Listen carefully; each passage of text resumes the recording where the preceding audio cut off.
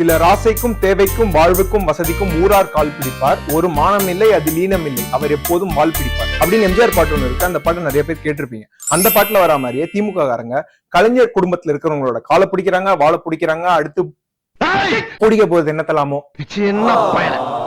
விழாவோட பேரு அறிவு திருவிழா. ஆனா அந்த விழால கலந்துகிட்ட யாரும் அறிவோட சம்பந்தப்பட்டவங்க இல்லைன்னு ஏன் அறிவுக்கு புரிஞ்சிருச்சு? ஏன்னா அந்த விழால கலந்துகிட்ட எல்லாரும் திராவிட பரம்பரையை சேர்ந்த உதயண்ணாக்கு நல்லா சொம்பு தூக்கிட்டாங்க. சொம்பு தூக்கலாம் தப்பு இல்ல, ஆனா அந்த சொம்பியே தூக்கி தொங்க விட்டுருக்காங்க. அப்படின்னடா தொங்க விட்டுருக்காங்க அப்படின்னு கேட்டீங்கன்னா, ஆஹா அந்த கருமாந்திரத்தை ஞாபகம் வச்சுக்கிட்டேன்னா என் மூளை கெட்டு போகும். அதனால அதை பார்த்துதான் சொல்லுவேன் அப்படின்ற வைராக்கியத்தோட வந்திருக்கு. முதல்ல துரைமுருகன். உதயநிதி ராஜராஜ சோழன் போல் வருவார், அதான் அப்படி சொல்லிட்டீங்கல்ல, பெரிய பெட்டியா தருவார். 2 ஏவா வேலு. கலியுலக பெரியார் உதயநிதி. தட்டு தட்டு நல்லா தட்டு, தட்டுற தட்டுல பிச்சுக்கிட்டு கையில வந்து காரணம் கருப்பு நோட்டு, அதுக்குதானே வரும் வரும்.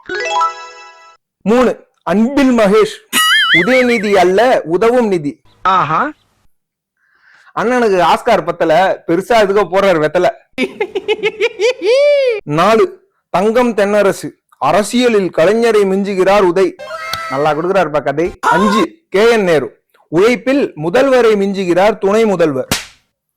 உழைப்பா சரி, வேற யாரோடய அது கம்பேர் பண்ணிருந்தீங்கன்னா கண்டிப்பா நான் விட்டுருக்க மாட்டேன். முதல்வர்னு சொல்லிட்டீங்க அதனால விட்டேன். சாப்பிடு. கட்டுக்காக தட்டு தட்டுன்னு தட்டி அதை தட்டுறதுக்காகவே அறிவு திருவிழான்ற பேர்ல ஒரு அட்டி, அதுல யாரு நல்லா தட்டுறான்னு வேற போட்டி.